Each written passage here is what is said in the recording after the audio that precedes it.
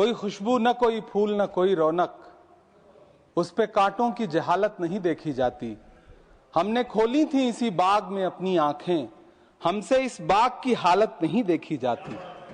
रात बस रात ही होती तो कोई बात नहीं, उसका आकार मगर दूना नजर आता है। जितने चमकीले सितारे थे वो सब डूब चुके, सारा आकाश बड़ा सूना नजर आता है। बुलबुलें खुश थी उम्मीदों के तराने गाए, लेके पतझड़ से बहारों को चमन सौंप दिया। अब तो मासूम गुलाबों की ये घायल खुशबू शीश धुनती है कि खारों को चमन सौंप दिया। तुमने क्या काम किया उनके अभावों के लिए, जिनकी मेहनत से तुम्हें तख्त मिला, ताज मिला। उनके सपनों के जनाजों में तो शामिल होते, जिनके चुप रहने की वजह से तुम्हें राज मिला। उदय प्रताप जी ने बहुत शानदार ये कविता कही है कि कवि की आवाज बगावत पे उतर आई है। दल के दलदल से हमें कोई सरोकार नहीं, तुमने इस देश की तस्वीर बिगाड़ी ऐसे जैसे इस देश की मिट्टी से तुम्हें प्यार नहीं। वरना अंजाम वही होगा जो पहले भी हुआ।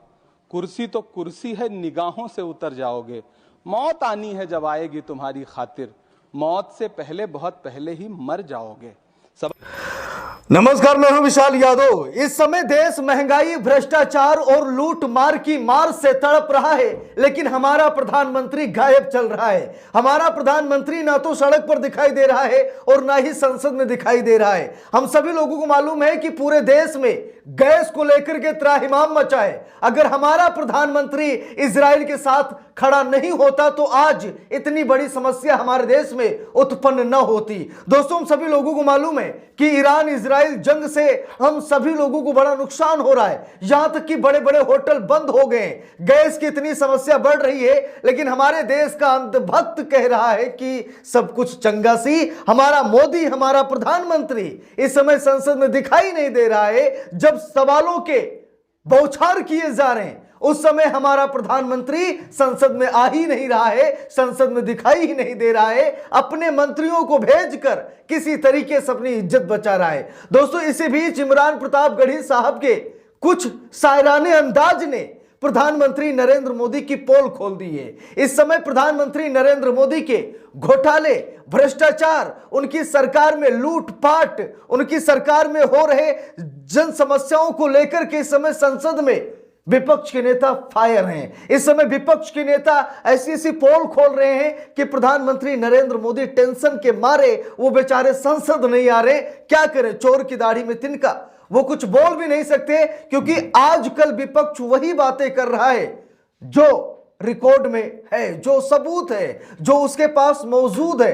क्योंकि जब जब स्पीकर कहते हैं कि आपने ये आरोप तो लगा दिया है लेकिन आपके पास सबूत है, उसी समय विपक्ष का नेता कहता है लीजिए सबूत, हम सबूत लेकर आए हैं, कोई हवा हवाई बात हम नहीं करते। झूठ सिर्फ और सिर्फ प्रधानमंत्री नरेंद्र मोदी बोलते हैं, हम सभी लोग झूठ नहीं बोलते। अब दोस्तों, बात यह है कि इमरान प्रतापगढ़ी साहब ने यहां पर प्रधानमंत्री नरेंद्र मोदी की लंका लगा दी है, वो भी शायराने अंदाज में। तो जरा यहां पर देखिए इमरान प्रतापगढ़ी साहब क्या करें, आप लोग ये वीडियो देखिए।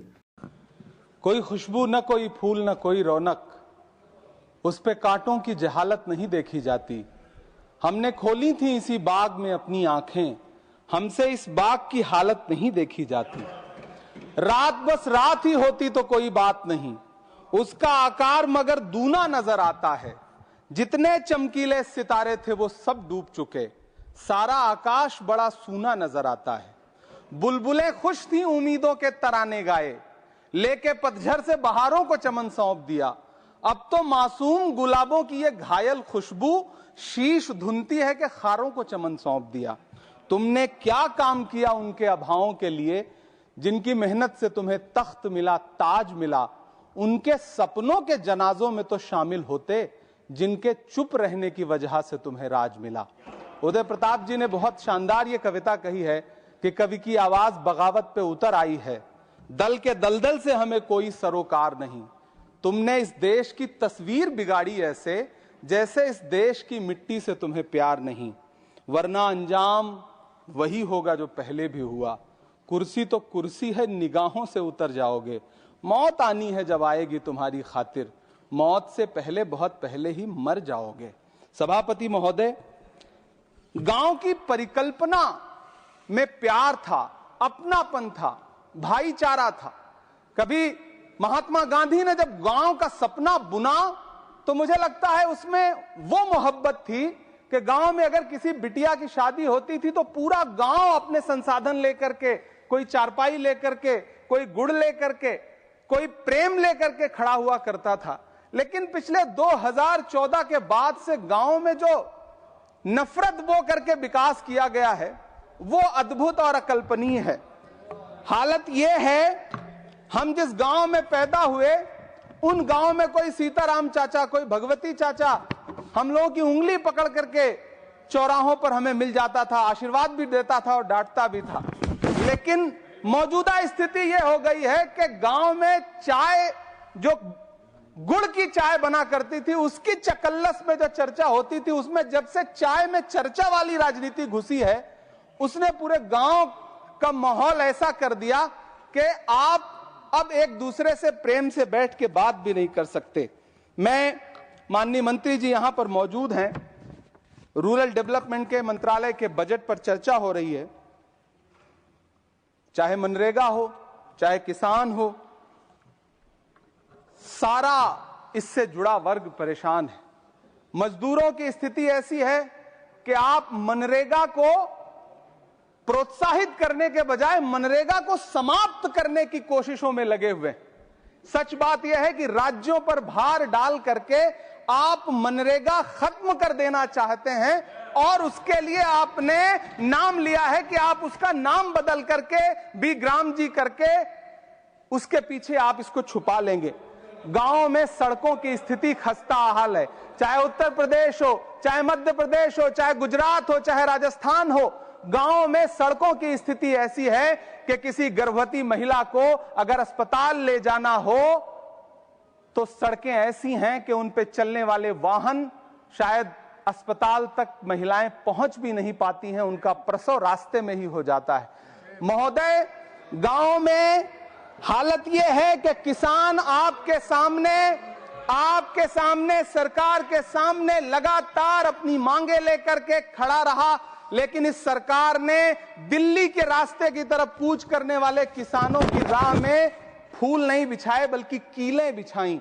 750 से ज्यादा किसान शहीद हुए। कीमत तो बहुत बढ़ गई शहरों में धान की, लेकिन विदा न हो सकी बेटी किसान की। मौका मिला तो लोगों ने कुर्सी के वास्ते तस्वीर ही बिगाड़ दी हिंदुस्तान की। सभापति महोदय, इस सरकार में बातें तो बड़ी बड़ी रहीं। बजट की बात करके यह कहा गया कि गांव का विकास करेंगे, लेकिन प्रधानमंत्री की जो आवास योजना है, प्रधानमंत्री आवास योजना के तहत गांव में आवास बनते हैं और इनकी राज्य सरकारें उन आवासों पर बुलडोजर चलाती हैं। ऐसे कई